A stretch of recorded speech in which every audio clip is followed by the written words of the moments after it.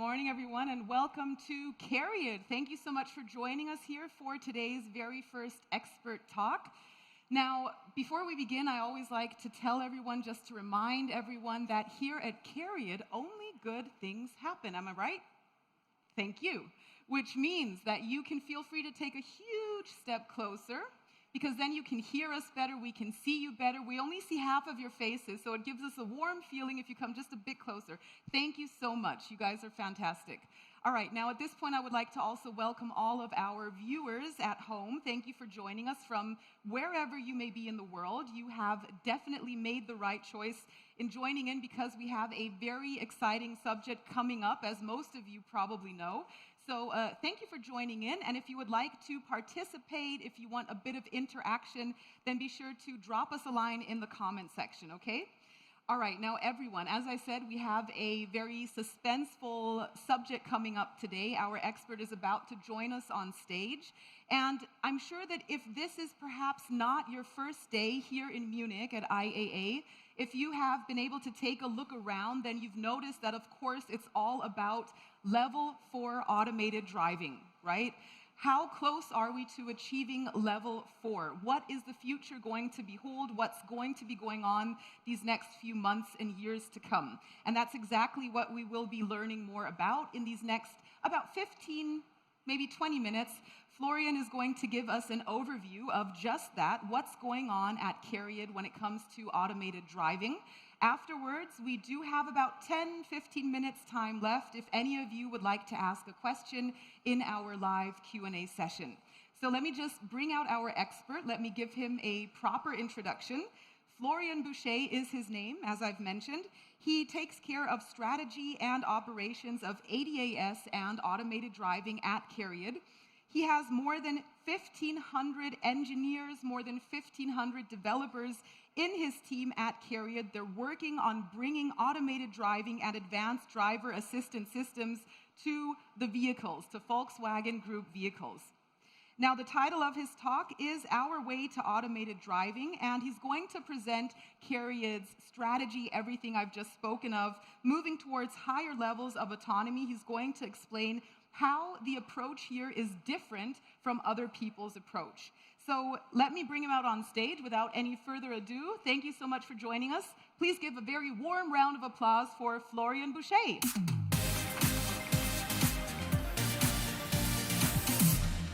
Thanks, Jasmine. Hi, everyone. Hi, everyone at the stream. Enabling automated driving and parking functionalities obviously require an extremely high ambition level in terms of technical performance, obviously. And on the other hand, enabling that for the Volkswagen Group also requires an extremely high adherence at the same time to safety and security standards. At the end, higher levels of automation mean that you can rely on a car, on the way the car navigates for you, the same way that you rely on yourself, that you rely on your senses, on the way that you perceive the traffic, on your own eyes. And that's what we're going to do here. That's our ambition level, to get in every situation as close as possible to human performance. That also means like higher levels of automation in driving and parking will also enable even further functionalities that I'm not going to talk about today, but I invite everyone to also listen later on to Rickliff's talk about what possibilities that will bring up in terms of infotainment. If anybody of you can actually make it into Munich to the House of Progress, the Grenzführer concept is a very, very great depiction of like what our functionality that I'm super proud of can further enable in the terms of the overall car environment. But we won't stop there. Our goal is to fully scale up our in-house built software stack, our functionalities, not only for aforementioned lighthouse projects, but really down to the volume segment to safety-related functions. Classical local hazard warning functions, lateral control, what you all can already see today in the cars, fully built on this one scalable, fully performant software and hardware system within one software and hardware generation. And that's the challenge. So how are we going to do it?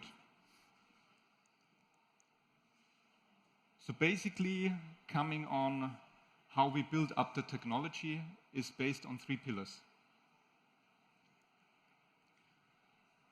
Different from what we did like in the recent history, like obviously as car makers we're very close to what we can perceive in the car, what the customers can perceive in the car. We build functionalities coming from customer use at the car, the typical functionalities, and we try to dig deeper and deeper coming from the function into the software. But that's not how high-performance software works. That's not how highly performant systems works.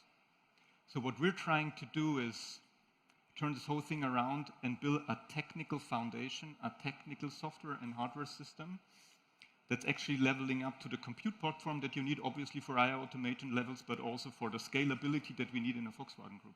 And on top of that, we will build layer by layer of software capabilities up to the functional applications that are needed in the different kind of functionalities that I mentioned before. Also, this only works together with data-driven environments.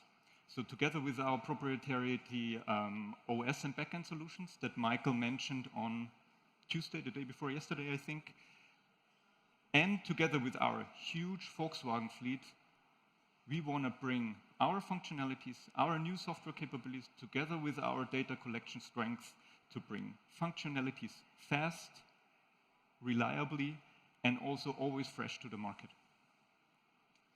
So if you let me, I'm going to dig a little bit deeper in that, as far as I'm allowed within the 15 minutes. So it all begins with hardware, obviously. The core of highly automated functionalities, the core of bringing very good computer vision, human-like vision to the customer, to the cars, is based on a high-performance computing platform.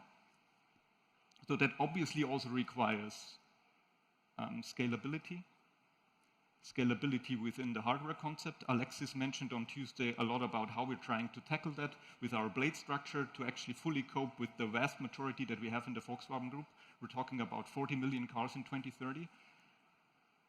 But that also requires a diversity in our sensor set. We cannot fully serve the Volkswagen Group fleet with one high-performance sensor set and one high-performance compute platform. That's simply not possible due to material cost reasons and business reasons. So also from that, like, we are not only tackling for the high compute automation functionalities in these lighthouse projects, but we're going to build up a sensor set that's fully scalable for volume applications. From an entry, really low sensor set, already relying on diversification in the sensors, 360-degree radar belt, including whatever's needed for the functionalities, couple of camera functionalities in there, building up 360-degree radar vision, 360-degree camera vision, and on top of that, as I mentioned, for Volkswagen Group, for every single functionality, security and safety is the key when we bring that and release that to the market. So from our perspective, truly functional, highly automated driving functionalities will not work, will not be reliable without a third diversification in the sensor set, without a LiDAR application. But we won't stop there. Additionally, already in the volume market, we're adding a fourth dimension, so to say. We're adding our own in-house built HID map. It basically uses the sensors in the different configurations that are already driving out there within the cars, and we're depicting a very accurate level of the static and dynamic environment that the car is dynamically facing, but we're also recording that, we're replaying that into the data that is semantically stored on the map, and also putting them right into the dynamic environment that the drivers are feeling right now. And that's not only a vision, we're already doing that right today. I mean, I'm proud to be next to the Volkswagen booth. Over there, the ID3, the ID4, the current Golf version are already collecting data on this HID map. We call this map learning as of today. 7 million kilometers, roughly the size of the EU street network a day. That's where we are right now. And if you look at our ambition level, we want to increase that by tenfold by 2025. But we won't stop there. At the end, if we're talking about sensor diversification, the people that are in the audience knowledgeable about it, they will probably say that's a shitload of complexity that we're actually bringing out there in terms of sensor, in terms of vision, that it's gonna be included in our software platform. So for us, the core of it is being able to abstract fundamentally the different inputs, the different data ingests from the sensor configuration. That's why we're building on our own in-house camera perception. Most of you already probably know we had recent acquisitions in there. We're building up the teams as we speak. They're working on the code. And on top of that, we're also not only building on the mightiest sensor, which is the camera, we're also using the diversification. I talked about radar belt. I talked about LiDAR applications. We're also using that in our own in-house object data fusion to fully be able to scale all the data ingest that we create with our tremendous fleet down to the full scalable software and hardware system that I mentioned before. That's also a vast field of AI applications. I think Jan will also talk about the field of AI today. So if you stay tuned and listen later on, Jan will also go deeper in that and how you can actually apply if you're into AI and if you want to join the team, he's open for that. From software alone, it's not going to be sufficient. If you want to train the algorithm out there, if you want to be up to date, if you want to be always fresh, as I mentioned in the beginning, data-driven development is the third pillar that we build our whole strategy upon. And obviously, we go our own way, we at CARIAD and we at Volkswagen. But in our perception, wherever it makes sense, we're open for cooperations, we're open for partnerships, we're open where we can actually use shared IP, where we can co-create IP to make this happen. So I'm extremely proud that we can build on top of what Michael already mentioned on Tuesday on the Volkswagen Automotive Cloud. We together with Microsoft, a very, very competent partner when it comes to cloud application and cloud storage, that we together build an automated driving platform, which we call the ADP, to actually already use the data that we mentioned, to fill the data lake, to run ADAS, AD-specific applications like simulation, resimulation, continuous replay, including with introduction of the overall toolchain environment to create the crucial traceability that we need to create safe and reliable and stable functionalities for the Volkswagen Group. So having all that, so what is going to happen? So I already talked about the map learning. So we're already creating a huge data ingest from what we use from the data fleet out there, but we won't stop there. The goal is, and I'm not reading out what you see in the back, the overall goal is all of our data ingest to enable our own in-house developers to statically, dynamically trigger data and be able to simultaneously replay them into the system and simulate and resimulate functionalities before we release them to the market. And the overall goal is with the scalable hardware platform that I mentioned at the beginning, is that we will be able, in a given data consent from the customer, can fully replay functionalities within the car in a separate shadow partition in the car, seeing and completely compare our own in-house code to the real driving performance of the humans out there that are driving the cars. So at the end, that's fine, right? I mean, especially we at Volkswagen, we've been already on the road to higher automation levels. So technological performance is the key and is the foundation to get the systems right, to get them reliable, to get them safe, to keep them always fresh. I don't want to repeat everything that I already mentioned, but it's only one of, from my perspective, three crucial dimensions. Number one is, or number two in that extent, is regulations. To be safe and reliable also means adhere to different standards, and we don't have the standards, or they're coming slowly in place for a higher automation level 3 and level 4 development.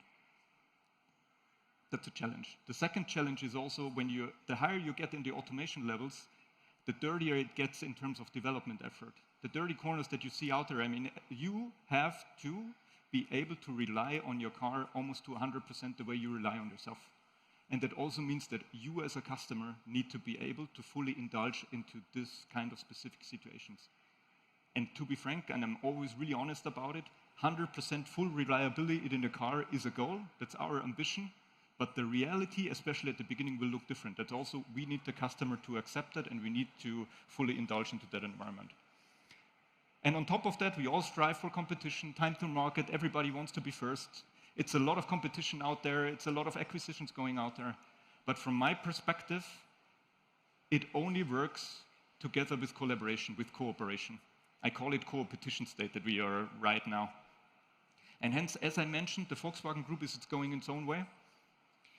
CARIAD is going our own way, but we're going to include everything that makes us stronger. Everything where we can actually share IP, where we can actually create commonly shared IP, where we can go further, is open for us. And with that, I want you to stay tuned because there are further announcements to come soon. Thank you very much. And we can go to the questions. Florian Bouché, ladies and gentlemen. Thank you, Florian. Thank you so much. Now, before I ask questions, why don't we look towards the audience and see if we have any questions out there. We have the lovely Jane, who will be at your side with a microphone. Just give us a sign and let us know that you'd like to ask a question. You can also still take a minute time just to ponder. And let me begin by asking you this. Now, you're very honest, you're very frank when it comes to where do we stand exactly in terms of development. And you say yourself, in the beginning, at level 4, we will have to, as drivers, be done correctly. So as of when will we be able to? It's 2 questions, right? Yeah. So number 1, in terms of the textbook answer to automation will be, there's a difference between level 2 assisted drive, and you as a driver need to be always monitor the car and the way the car that steers for you, that assists you, and need to be able to hand over immediately, right? With level 3, you extend that period, but you still expect the customer to be in a monitor state, right? And level 4 means relax and take back, right? As I mentioned, and now it comes over, why does it take so much time? This also means in terms of situational behavior, situational acceptance, like the way you can handle different situations. As I mentioned before, that's dirty corner development work. The state that we are, the state that the industry today is for privately owned cars, it's level 2 advanced, if you want to say, like with expanded hands-off detections. There is no KPI measurable in the environment out there. So it's our own aspirations.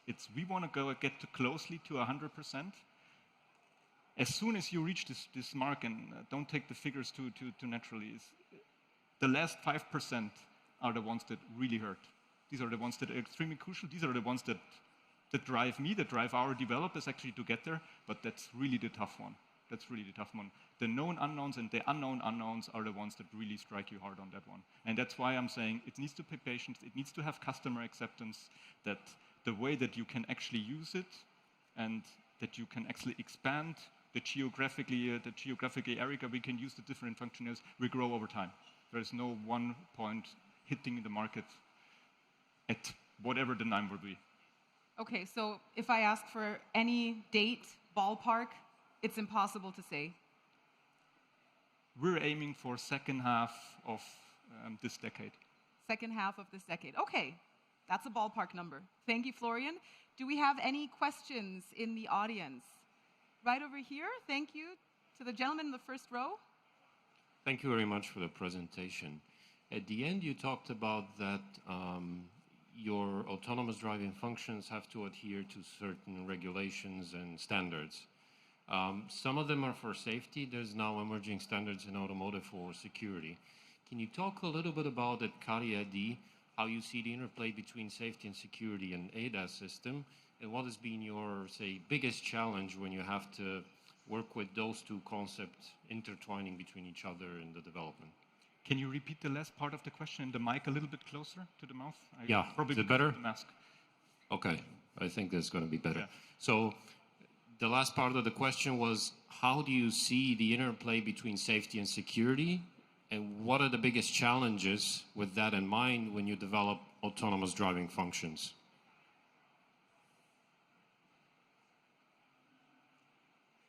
So I would say there's a threefold answer to that, right? So I'm not an attorney to law, so I'm going to skip that. So that is a kind of legal framework that still need to be built up in terms of which KPIs are needed so that you fail, in terms of us, yeah? We fail as a technology provider. What is the fallback? Whose fault it is, right?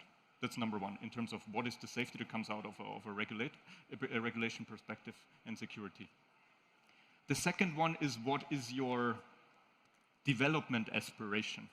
The development aspiration from our side is you need to be as close as possible, even better, than human error rates in the field out there. Is it clearly measurable in a privately owned car segment? No, because we don't have real driving there. It all comes from level 2 assisted driving functions, whatever they may call it out there. There's nothing else out there right now. So I guess this kind of KPI-driven development, we do it on the fly for the development in-house. Obviously, I cannot tell you KPIs right now, but they're going to be released soon. And I think the third one, and that's the most crucial also in terms of safety and security, in terms of how do we actually make the interface, the overall industry, replay their expectations, their experience into this field. Yeah? And then please visit the automated valet parking guys over there, because this is already displaying how we're approaching it is. That's what I meant with co-opetition. We have to work on these common technical interfaces to get at least as close as possible to the development goal. And standards and regulations, law, and so on and so forth, there are other experts than myself there, but that will come along as soon as we can actually really hone out what are the technical KPIs that are ambition level, what can we hit, what is the gap. Does that answer the question? Sort of, probably. Wasn't the question also about regulations, what the greatest challenges are in keeping up with the regulations? You said they're, to you personally, very important. So perhaps what are the greatest challenges there? Yeah, especially because the security regulation is emerging, or security standards are emerging recently in automotive, where safety was quite for a long time on the stage. So my question was at CARIAD, do you see a challenge when you have to work both with safety and security when it comes to autonomous driving? Okay, so thank you. I only partially answered the safety aspect, right, in terms of human error rate, how we want to monitor that, what is actually the technical KPIs that we're working against. Huh? So that's safety related. That's a challenge, because that's developing, right, next to a very, very challenging development timeline. In terms of security, it's a challenge in terms of, I talked about hardware platform, about overall architecture. Security is deeply linked with how you set up your hardware and especially your software, your backend architecture, right? So for us, the challenge is emerging more clear terms of regulatory requirements, despite setting, and we're in an automotive environment, right? At the end, the functionalities that we bring to the market need to be homologated and verified in the car, right? So there's a strict timeline on when you actually need to be ready and freeze it. And in terms of that, you already mentioned it, second half of this decade, still emerging safety and security regulations. That's a big challenge in terms of how much can we actually iterate on the architecture building up, so give the developers like safe guidelines on how they can actually build the software versus what do we need to adapt in a big line. Better?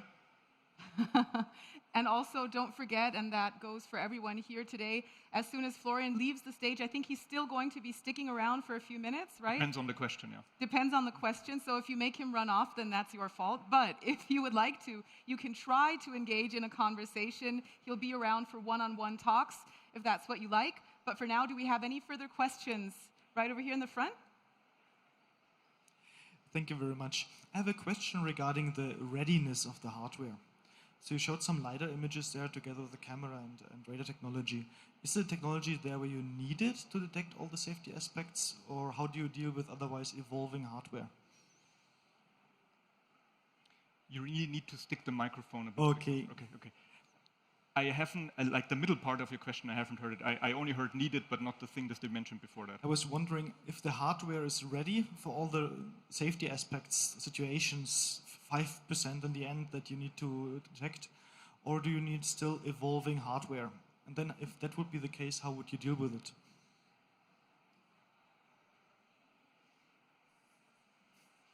So I'm a developer at heart, right? So I'm saying like that the hardware is never ready to actually adhere to the requirements that we have from a software and from a functional perception. Yeah? So the overall architecture is set up in such a way that there are crucial control points. If I look at chip design in terms of GPU power, that we can be able to scale it up.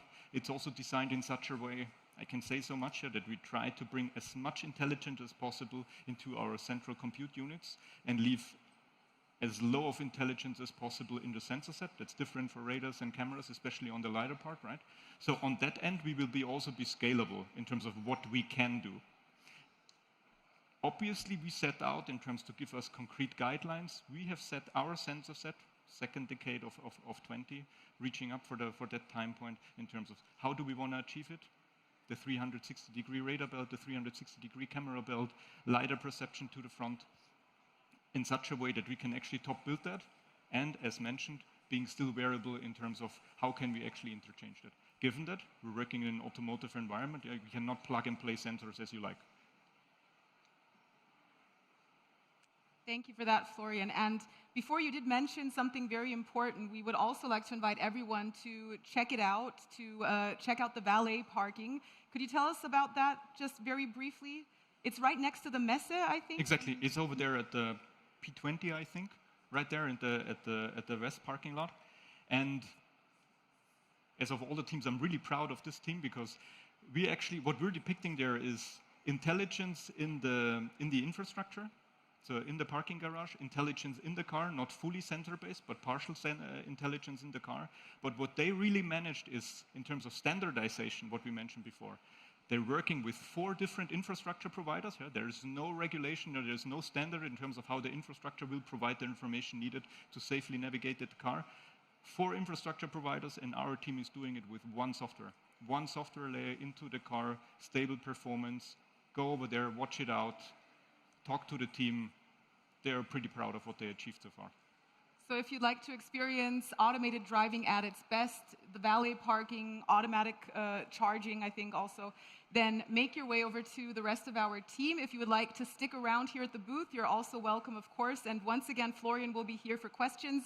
If you viewing from at home on our live stream, if you do have a question, you can drop it in the comment section, or better yet, we will be dropping an email address for you, and you can ask your questions there directly, and Florian will be answering if he likes the question.